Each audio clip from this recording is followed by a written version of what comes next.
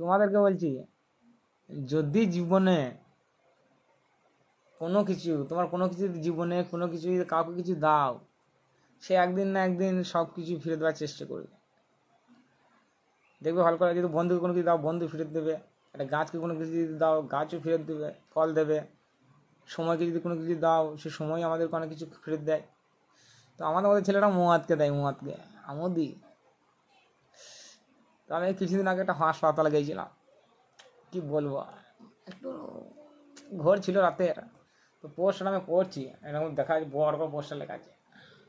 দেখতে এরকম চোখটা খুলে দেখলাম, লেখা আছে মদের উপকারিতা, মদের উপকারিতা।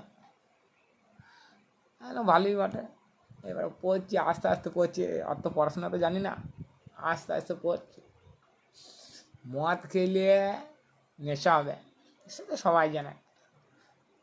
মদ খেলে দাঁতগুলো প্রথমে চলে যাবে, হ্যাঁ, এই দাঁতগুলো প্রথমে চলে যায়। মদ খেলে বৃদ্ধা বয়সে মুখ হাতগুলো ফুলবে, ফুলবে। মদ খেলে তোমার আরও কিছু হবে। মদ খেয়ে আরও অনেক কিছু হয়। মদ খেলে পেটের রোগ হতে পারে। কি বলবো আর, সেই উপকারগুলো শুনে আমার মনটা খারাপ হয়ে গেল, দেখে খারাপ হয়ে গেল।